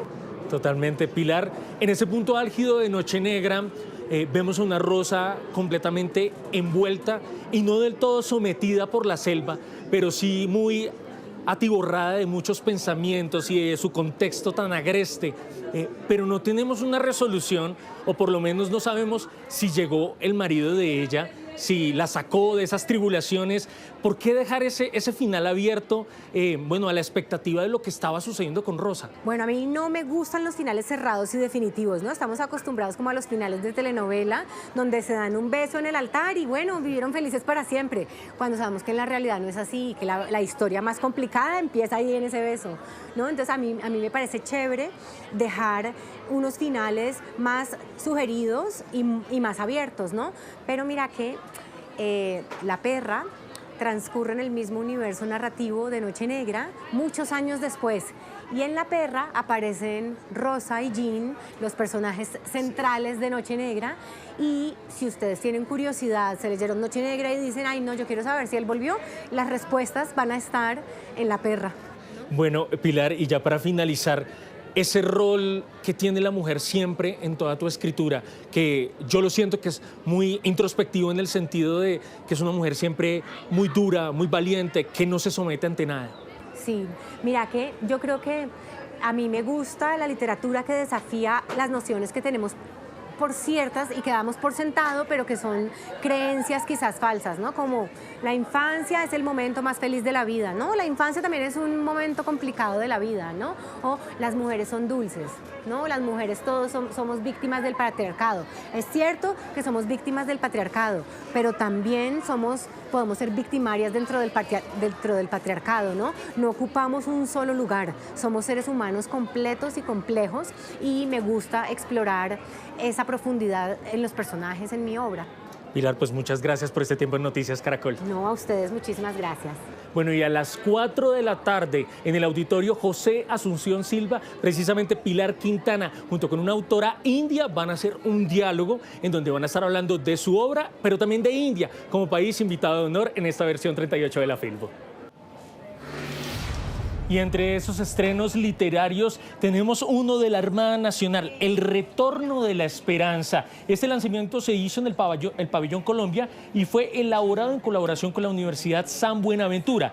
Este texto, a modo de ejercicio de memoria histórica, habla de la resiliencia de las comunidades de los Montes de María y Magdalena Medio, que transformaron su dolor en esperanza.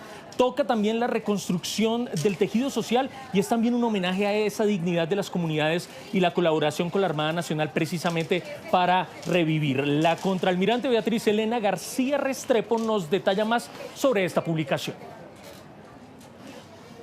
Y hay testimonios de personal civil, hay testimonio de víctimas militares y cómo a través de la resiliencia han salido adelante, y hoy los territorios de Montes de María y el Magdalena Medio hablan de paz, hablan de reconciliación, y ahí está la Armada Nacional llevando desarrollo. Y en este cuarto día nosotros seguiremos con este día muy soleado, disfrutando de todos los conversatorios, eventos y lanzamientos de libros en esta edición 38 de la Filbo. Es un plan para todos, David, hasta el 4 de mayo y usted seguirá ahí el fin de semana. Feliz tarde, David, gracias. Estos son los sucesos que hacen noticia en el mundo hoy. Las autoridades mexicanas ordenaron la captura de la mujer que asesinó a una exreina de belleza que estaba casada con su hijo. El crimen, que quedó captado en una cámara de monitoreo, causa indignación en ese país. Oscar Mendoza, de nuestro aliado Azteca Noticias, nos amplía. ¿Cómo están? Me da mucho gusto saludarles. La Fiscalía General de Justicia de la Ciudad de México giró una orden de aprehensión en contra de Erika María Herrera por el feminicidio de Carolina Flores, exreina de belleza de Ensenada, Baja California. La señalan de disparar contra la víctima, provocándole heridas en el abdomen y en la cabeza. El crimen quedó captado por cámaras de monitoreo de bebés. En la cinta se ve a la exreina Carolina Flores con una bata beige. Su suegra porta blusa oscura y pantalón floreado. Las dos mujeres sostienen una conversación que parece normal, sin discusiones. Entonces veníamos en carro y por eso te hacemos. Ah, ok. No me enseñaron en carro. ¿Cuánto hicieron? Desde el sábado. Erika, la suegra, mantuvo sus manos casi todo el tiempo en los bolsillos. La conversación las fue llevando hacia un cuarto dividido por una cortina. Allí se escucha un grito, acompañado por disparos. Al percatarse del ruido, sale Alejandro, pareja de Carolina, y cuestiona a su madre por lo ocurrido. Le dije no nada, no hizo par. ¿Qué te pasa? No, que mi familia es mía. Tú eres mío y ella tú. El crimen sucedió en la calle Edgar Allan Poe de la exclusiva colonia de Polanco en Ciudad de México. Carolina Flores tenía tan solo 27 años. Obtuvo el título de Miss Teen Universe Baja California en 2017, un certamen que le abrió puertas en el modelaje y en las redes sociales, en las cuales compartía contenido sobre su vida y su maternidad. Hace pocos meses se había convertido en madre. Se incluye a Alejandro Sánchez, esposo de la víctima e hijo de la prófuga. Esto por permitir a su madre salir del departamento, reportar el crimen hasta un día después y algunas otras inconsistencias en sus declaraciones. Por lo pronto, reportó para la Alianza Informativa Latinoamericana, Oscar Mendoza. Oscar, gracias. Irán anunció que su ministro de Relaciones Exteriores viajará a Islamabad para una nueva ronda de negociaciones con Estados Unidos. Por su parte, el presidente Donald Trump anunció una extensión de 3 semanas del cese el fuego entre Israel y Líbano, donde se siguen reportando ataques. Sin embargo, el primer ministro israelí Benjamin Netanyahu asegura que Trump le dio libertad de acción. La ONU denuncia que Israel ha cometido crímenes de guerra en el marco de su ofensiva contra Hezbollah en territorio libanés. Y los ojos del continente americano están puestos en Cuba, y así lo entiende la revista Time, que dedicó su portada a la isla con el titular Before the Fall, antes de la caída, y añade que Cuba espera el desenlace de Trump. La ilustración muestra fichas de dominó cayendo en serie y la última tiene la bandera cubana. Representan así uno de los momentos de mayor tensión para la isla en décadas. El presidente Miguel Díaz-Canel amenazó con romper las relaciones con Washington si Estados Unidos insiste en el cambio de régimen. La temporada alta que está transcurriendo. El presidente Donald Trump también pasa por momentos difíciles en su gobierno. Hay descontento en la ciudadanía por la guerra en Irán, por el desempeño económico y porque consideran que no está cumpliendo con sus promesas. Otros, en cambio, hacen dinero y pescan en río revuelto. Juan Camilo Merlano en Washington, ¿por qué? Margarita, bueno, ya vamos a explicar eso, pero lo primero es que las cifras no están del lado del presidente Donald Trump. Por ejemplo, hay un promedio de encuestas del diario New York Times que sitúa su nivel de desaprobación en el más alto desde el inicio de este nuevo mandato, 58%. Incluso hay una encuesta que arroja que esa desaprobación está en el 62%. El presidente no pierde tanto terreno entre los republicanos, ellos lo apoyan con más del 80%. El problema es en los independientes. ¿Por qué? Por una razón fundamental, economía. La guerra en Irán ha venido disparando los precios del petróleo y los precios de la gasolina aquí en Estados Unidos. El galón, el promedio de su precio está por encima de los $4, en algunos estados incluso está por encima de los $5, cuando antes de la guerra ese precio por galón de gasolina rondaba los $3.50. Y a esto se suma también un escenario adverso desde el punto de vista del empleo, puestos de trabajo que se han perdido particularmente en el sector de las manufacturas durante el 2025. 108.000 puestos de trabajo en ese sector se perdieron durante ese año. Durante este primer trimestre del 2026 se han recuperado algunos, pero no compensa la pérdida. Este escenario económico adverso se da al tiempo en el que hay algunos avivatos con acceso a información clasificada en la administración que se están haciendo ricos. En este documento de 14 páginas está el extraordinario relato de cómo este soldado, el sargento Gannon Ken Van Dyke, se hizo millonario echando mano de su acceso a información privilegiada sobre la operación para extraer de Venezuela a Nicolás Maduro, apostando en el mercado de predicción Polymarket, haciendo apuestas entre el 27 de diciembre y el 2 de enero por casi $34.000 relacionadas con Venezuela. En la mañana del 2 de enero de 2026, aproximadamente, Van Dyke adquirió 3.618 acciones con la etiqueta sí del mercado Trump invoca poderes de guerra contra Venezuela para el 31 de enero y aproximadamente 90.347 acciones con la etiqueta sí del mercado Maduro fuera para el 31 de enero. Esa misma noche, Van Dyke adquirió aproximadamente 82.421 acciones con la etiqueta sí del mercado Maduro fuera para el 31 de enero. En la madrugada del 3 de enero ocurrió la operación Resolución Absoluta y tras conocerse la fotografía de Nicolás Maduro en el buque USS Iwo Jima, Van Dyke tuvo unas ganancias de más de $409.000, es decir, unos 1.450 millones de pesos. Ayer, el Departamento de Justicia anunció su captura e imputación de 5 cargos. El mundo entero, desafortunadamente, se ha convertido en una especie de casino. De acuerdo a la acusación del Departamento de Justicia, el sargento violó la confianza de la institución y traicionó a sus compañeros. Y le imputa cargos por uso ilegal de información clasificada y fraude. 4 de los cargos con penas máximas de 10 años de cárcel y 1 con pena máxima de 20 años de cárcel. Noticia en desarrollo en Noticias Caracol. A las 2 de la tarde, 30 minutos, volvemos a Cali porque se conocen nuevas imágenes del atentado terrorista que sacudió hoy al sur de esta ciudad. Pero antes está hablando la gobernadora del Valle, Dylan Francisca Toro, la escuchamos. Del Cauca, eso ya lo sabemos, cuántos atentados hemos tenido. Ya se han logrado repeler este año 4 atentados que se querían hacer aquí a Cali. Cali es el sitio que ellos quieren afectar porque es el lugar que da más visibilidad para ellos. Entonces, por eso nosotros tenemos que actuar en esos lugares, como les digo, contra el narcotráfico, contra la minería ilegal, para poder lograr que realmente que le pueda dar seguridad y tranquilidad a nuestra región. Estamos en directo a esta hora, rueda de prensa después de un Consejo de Seguridad que lideran la Alcaldía Distrital y la Gobernación del Valle del Cauca. Bueno, el ataque ocurrido hoy en Cali es el 8º ataque terrorista que vivimos los caleños en los últimos 2 años. Esto para nosotros no es aceptable. Yo lo he dicho desde prácticamente el inicio de nuestra administración, que se requiere mayor contundencia de parte de la política de seguridad nacional. ¿Por qué de la política de seguridad nacional? Porque los terroristas que están poniendo bombas en Cali no están en Cali, están en las montañas al sur del Valle del Cauca y en el norte del Cauca. Y la exigencia nuestra ha sido mayor seguridad, más contundencia.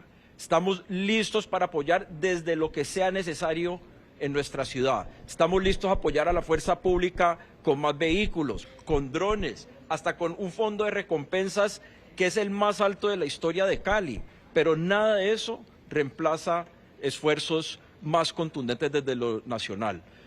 Hoy recibí llamada del ministro Benedetti ofreciendo su solidaridad con Cali y toda la intención del Gobierno Nacional de trabajar de manera constructiva para encontrar una solución ya definitiva para este problema. Nosotros no aguantamos más que Cali sea un laboratorio para el terrorismo. Esperamos que el señor ministro le propuse un Consejo de Seguridad mañana en Cali con presencia del señor presidente y del ministro de Defensa y que podamos trabajar de manera constructiva para encontrar una solución definitiva a esta situación. Pero los caleños no aceptamos más que nuestra ciudad se haya convertido en un laboratorio para el renacer del terrorismo en Colombia. Alcalde, en directo para Noticias Caracol, hablaban ahorita de fortalecer las estaciones de policía y otras infraestructuras de la fuerza pública. ¿De qué forma? ¿Con tecnología, más unidades? Vamos a tomar unas medidas inmediatas. La primera, la recompensa para información que nos permita dar con el conductor de la buseta sube a hasta 200 millones de pesos. También, no solo para esa persona, cualquier otro terrorista que haya estado implicado en este ataque. En el entretanto, las investigaciones continúan. Todo parece indicar que los responsables son los delincuentes de la llamada disidencia de las FARC, Jaime Martínez, los mismos terroristas que atacaron la base aérea el año pasado. Solo hay una diferencia en la modalidad, en que utilizaron un tipo de vehículo distinto, un bus de transporte o una buseta de transporte escolar. Pero la recompensa es de 200 millones de pesos. Por favor, llaman a la línea 123. En el entretanto, trabajaremos alcaldía y gobernación para fortalecer las capacidades de vigilancia de la fuerza pública y estamos a disposición de la fuerza pública para ayudar en lo que sea necesario. Alcalde, la placa era de Puerto Tejada, pero esta avenida, la buseta, en los videos se ve que viene de la parte más alta de Cali. ¿Esta buseta se sabe si había entrado hoy? ¿Ya han logrado saber si la acondicionaron aquí o si entró acondicionada con explosivos acá? Esa investigación están dando ahorita. Todo parece indicar que la buseta venía de afuera de Cali. Ya tenemos unas pistas que está analizando la policía y esperamos muy rápidamente dar resultados. Lo más importante hoy es capturar al terrorista, al cobarde que condujo esa buseta y que la parqueó no solo al lado del batallón, sino al lado de un hospital. Un asesino, ese terrorista. Por eso estamos ofreciendo hasta 200 millones de pesos para dar con esta persona. Pueden llamar, por favor, a la línea 123. Alcalde, mientras tanto, ¿qué decirle a la comunidad? Nos manifestaban algunos habitantes del sector sentir temor. A la comunidad, tengan la certeza que desde la alcaldía, la gobernación, la fuerza pública, estamos trabajando para asegurar la ciudad y mantenerla segura. Se van a fortalecer los patrullajes tanto de policía como de ejército y fuerza aérea en la ciudad. Lo más importante hoy es que, sobre todo aquí en la comuna 18, 19 o cualquier persona que tenga información, llamen a la línea 123 para que demos con estos terroristas. El terrorismo y estos individuos no los podemos dar ni un solo centímetro en Cali. Y en el entretanto esperamos poder tener esa reunión pronto con el gobierno nacional, porque los caleños y los vallecaucanos no aguantamos más esta descomposición de la situación del terrorismo. Disculpe un momento, gobernadora, usted reitera en ese llamado al gobierno nacional. Usted pide una intervención similar a la que se hizo en el Plateado Cauca. Sí, eso lo venimos solicitando desde hace varios días, porque sí se necesita una operación mucho más contundente, mucho más integral. Yo tengo que darle las gracias al Ejército, a la Policía, a la Fuerza Aérea que nos acompaña, que nosotros desde la región hemos apoyado con capacidades, pero por supuesto necesitamos más fortaleza para que ellos puedan actuar de una manera mejor y así de esa manera poder lograr acabar con el narcotráfico y la minería ilegal. Definitivamente es la única manera en que nosotros vamos a tener seguridad y vamos a tener tranquilidad. Solo un último comentario y al momento tenemos información de una persona herida, una civil. Afortunadamente no hay más heridos, nuestra fuerza pública tampoco hay personas heridas, pero esto es un hecho de extrema gravedad, por eso recalcamos esa recompensa de hasta 200 millones de pesos. General Rendón. Estas eran las declaraciones que entregaban el alcalde de la ciudad de Cali, Alejandro Oder, y la gobernadora del Valle del Cauca, Dilian Francisca Toro, después de ese Consejo de Seguridad que se dio de manera inmediata tras lo ocurrido aquí en inmediaciones del Cantón Militar Pichincha en el sur de la ciudad de Cali. 200 millones de recompensa es lo que ofrecen por información que permita dar con el paradero de esta persona que habría activado o que lideraría este atentado terrorista dirigido contra el cantón militar. Importantísimo, reiteran en el llamado al gobierno nacional a que se haga una intervención inmediata, tal como lo hicieron en el departamento del Cauca. Y quiero mostrarles ese video que está en este momento apareciendo en pantalla, porque es el video exacto del momento exacto de dicha detonación. Recordemos que este era un bus escolar, como lo decían anteriormente, al parecer ingresó a la ciudad ya cargado con explosivos. Posteriormente el hombre se percibe, logra verse cómo abandona el automotor, este explota, los cilindros vuelan y es uno de estos el que cae al interior del cantón militar. Solo hay una persona herida. Sí, John Alex, las imágenes son impresionantes. El 8º ataque terrorista en 2 años, lo decía el alcalde de esa ciudad. Gracias por el reporte. 2 de la tarde, 38 minutos. Vamos a hacer una pausa, pero ya regresamos con más información en Noticias Caracol.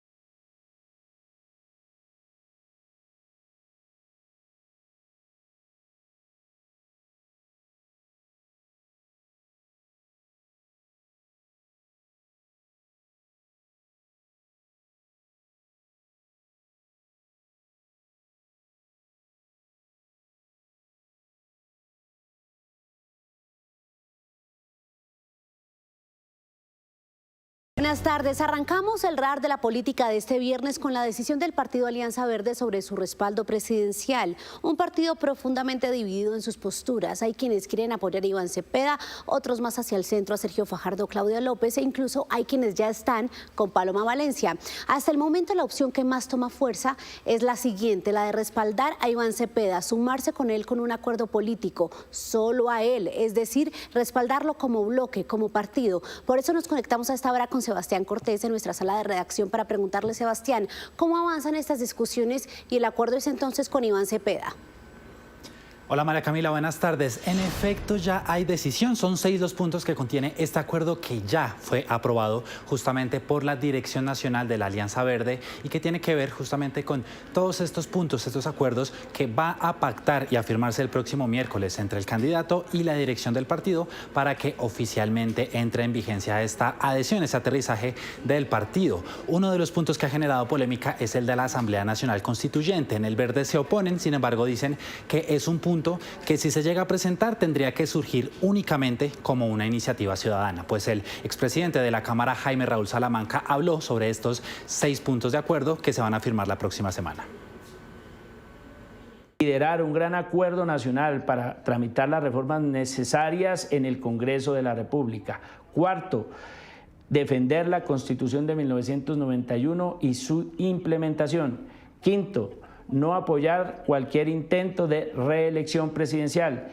Y finalmente, sexto, buscar la idoneidad en la administración pública como manera de cumplir los fines del Estado. El acuerdo será entonces firmado el próximo miércoles en un evento acá en Bogotá y dentro de esta discusión que sigue avanzando a esta hora, uno de los puntos, bien decía usted, los verdes siguen divididos, era que se les permitiera a un sector votar o por Claudia López o por Sergio Fajardo. Pues ya hay votación, se negó también esta proposición y han sido enfáticos desde la dirección. Solo se va a poder apoyar desde el Partido Verde a Iván Cepeda y quienes lleguen a hacer campaña por alguna otra candidatura podrán ser objeto de sanciones. Eso está complejo porque hay muchos que están con otros candidatos. Sebastián, gracias. Vamos a seguir en la campaña de Iván Cepeda porque ayer en su evento, en su discurso en Pereira, Risaralda, el candidato reiteró sus condiciones para asistir a los debates con otros candidatos presidenciales. Se para firme en lo que ya había puesto sobre la mesa. Únicamente debatirá con Paloma Valencia y Abelardo de la Espriella. Así lo dijo Iván Cepeda. No me voy a someter, quiero decirlo, con claridad y con firmeza a cualquier clase de condiciones para ese debate. Ni mucho menos me prestaré al intento de someter la dignidad del pacto histórico o la alianza por la vida a la cultura del espectáculo. ¿Qué responden a esto los demás candidatos? Vamos a ver, pues hoy desde Cartagena, Paloma Valencia del Centro Democrático dijo que está dispuesta a aceptar estas condiciones de Iván Cepeda porque lo importante para ella es tener una discusión de cara al país. Que amañe el debate todo lo que quiera, que yo se lo acepto incluso amañado.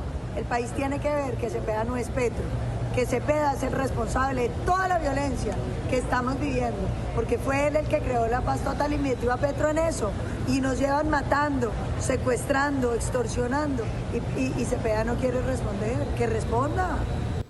Vamos a cambiar de campaña, hablamos de Abelardo de la Espriella que está recibiendo nuevos respaldos. Estos tres concejales de Bogotá que aterrizaron en el equipo de Defensores de la Patria. Se trata entonces de la concejal liberal Clara Lucía Sandoval, Rolando González de Cambio Radical y Marco Acosta de Colombia Justa Libres. Los tres están tomando esta decisión de manera independiente y sin el visto bueno de sus partidos que, recordemos, aún se encuentran en definiciones sobre apoyos presidenciales, como es el caso del Partido Liberal. Mientras tanto, el candidato de la Espriella está hoy en La Guajira, desarrollando su agenda en Riohacha, donde se reunió con una comunidad guayú que le manifestó su respaldo y desde allí aprovechó para rechazar el atentado terrorista en Cali. Estos miserables usaron un bus escolar para atacar a nuestra fuerza pública, las instalaciones de la fuerza pública. Colombia necesita mano de hierro contra el terrorismo. Llego a perseguir a esos bandidos, a darles de baja si no se someten y a encarcelarlos como corresponde. Colombia necesita autoridad y persecución del crimen con total contundencia, porque cuando el Estado se decide nunca pierde.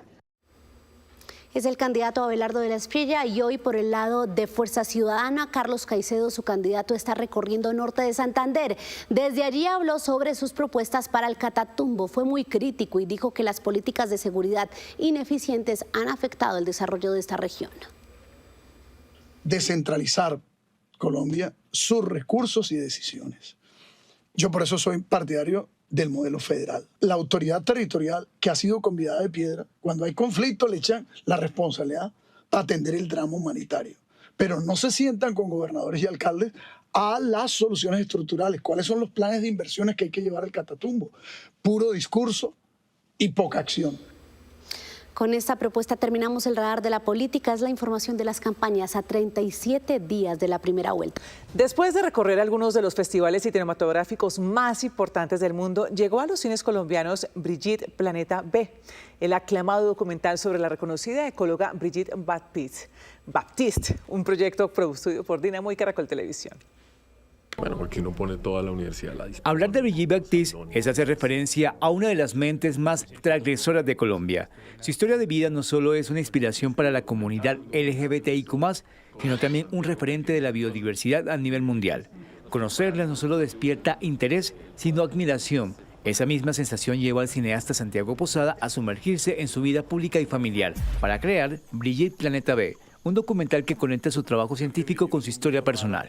El documental trata de mostrar que no hay necesidad de sufrir por la diferencia, de sufrir por no entenderse bien, porque pues, las relaciones ecológicas son muy complejas, están llenas de preguntas que además le dan sentido a la vida. Entonces trato de recuperar eso en el documental y decir a la gente, no, disfrute la vida, disfrute su cuerpo, disfrute su manera de ser, porque el universo está lleno de diversidad y nosotros somos una parte de eso. Considerada una de las voces más influyentes de la biodiversidad en Colombia, Baptiste refleja en la película su visión de la naturaleza como un sistema en constante transformación. En este relato su familia juega un papel clave en su proceso de vida. Lo que al principio pensábamos que estaba más orientado hacia un poco la reflexión sobre lo trans, acabó siendo una reflexión mucho más amplia sobre el amor en el mundo y sobre la diversidad en general. La historia es contada desde su propia voz, lo que le da una narrativa más íntima y orgánica. Nos ganamos la confianza también de su familia, ¿no? de Adriana y de Juana y de Candelaria, y creo que ahí cuando logramos como llegar a esa intimidad, yo sentí pues que había algo especial, ¿no? Yo creo que ahí fue donde nos dimos cuenta que había una película pues que tenía un acceso que tal vez no se había logrado antes, eso fue como muy importante. Brigitte Planeta B es coproducido por Dínamo y Caracol Televisión. En su presentación en la Cinemateca de Bogotá conmovió a los asistentes, una producción que ya está disponible en las salas de cine de todo el país. Una invitación a descubrir y a entrar al closet de una de las figuras más icónicas de la ciencia y el activismo por los derechos LGBTIQ+ en Colombia.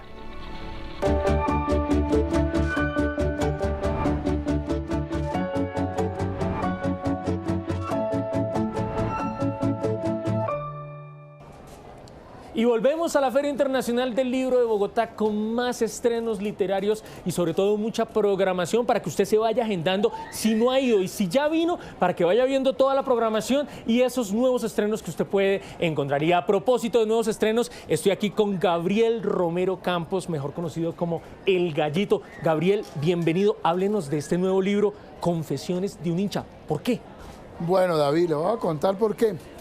En general, la gente del fútbol le han contado las historias desde el punto de vista de los futbolistas, de los entrenadores, de los periodistas, de los dirigentes, pero no se ha contado en general la historia de los hinchas.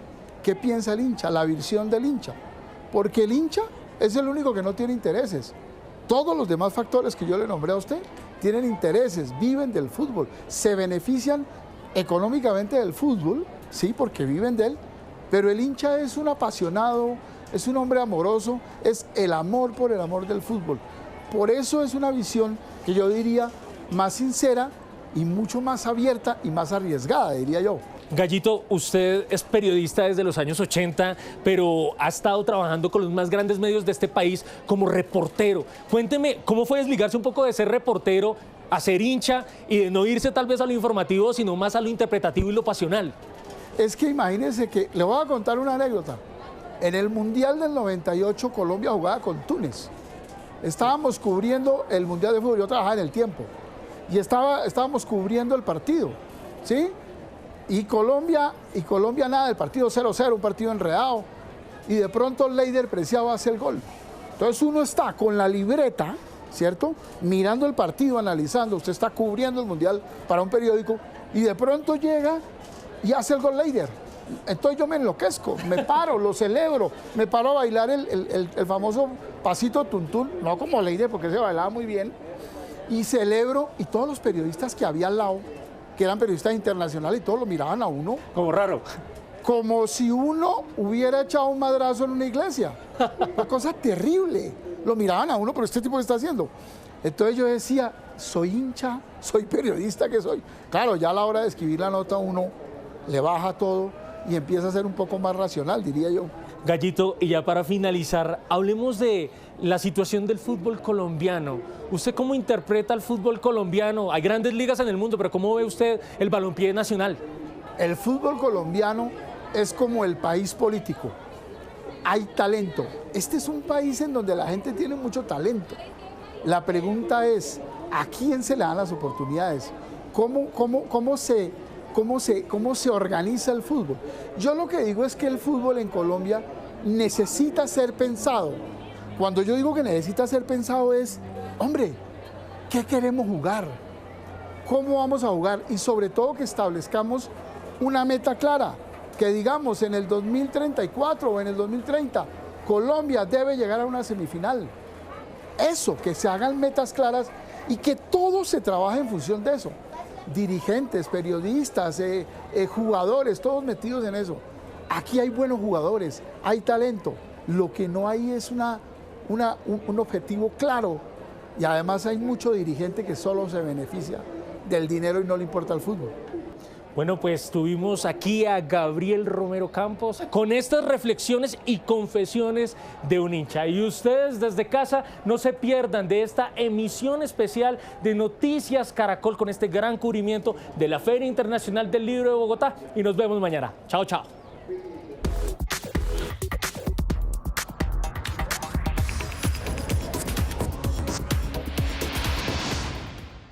Muy buenas tardes, hoy comenzamos Lo Más Trinado con un punto ciego que le ha salido por un ojo de la cara a nuestra primera protagonista. Una conductora que le pasó la camioneta por encima a un vehículo, señoras y señores, avaluado en 2.000 millones de pesos. ¡Qué dolor! En un parpadeo esta camioneta pasó por encima de un Lamborghini y nadie lo podía creer, ni la conductora infractora, que tuvo que bajarse del vehículo para entender que no se había trepado a un andén, sino a un carro de más de 2.000 millones de pesos colombianos. Ocurrió en un estacionamiento en Florida, Estados Unidos, y el incidente se convirtió en la comidilla de estos testigos espontáneos que no dudaron en compartir el video en redes.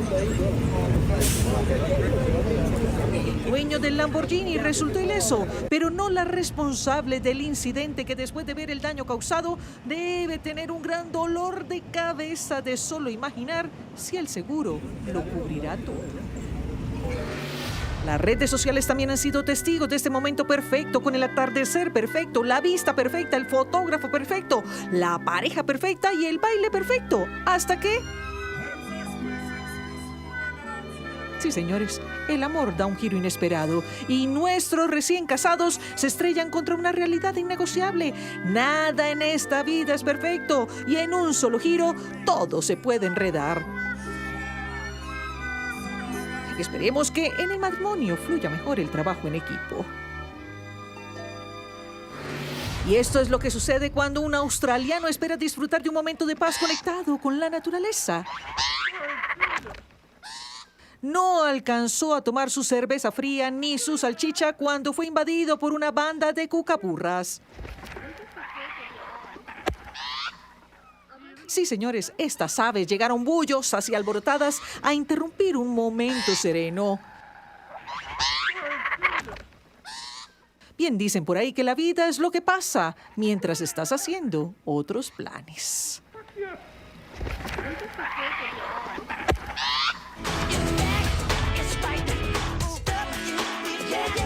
Y que nadie nos diga que no nos acordamos del rey del pop, Michael Jackson, que hoy estrena documental.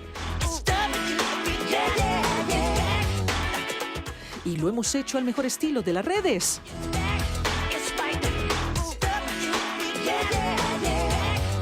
Un homenaje de Iferrow al hombre que revolucionó, además de la música, los videoclips, inteligencia artificial y perritos. El resultado, 3 millones de reproducciones y contando.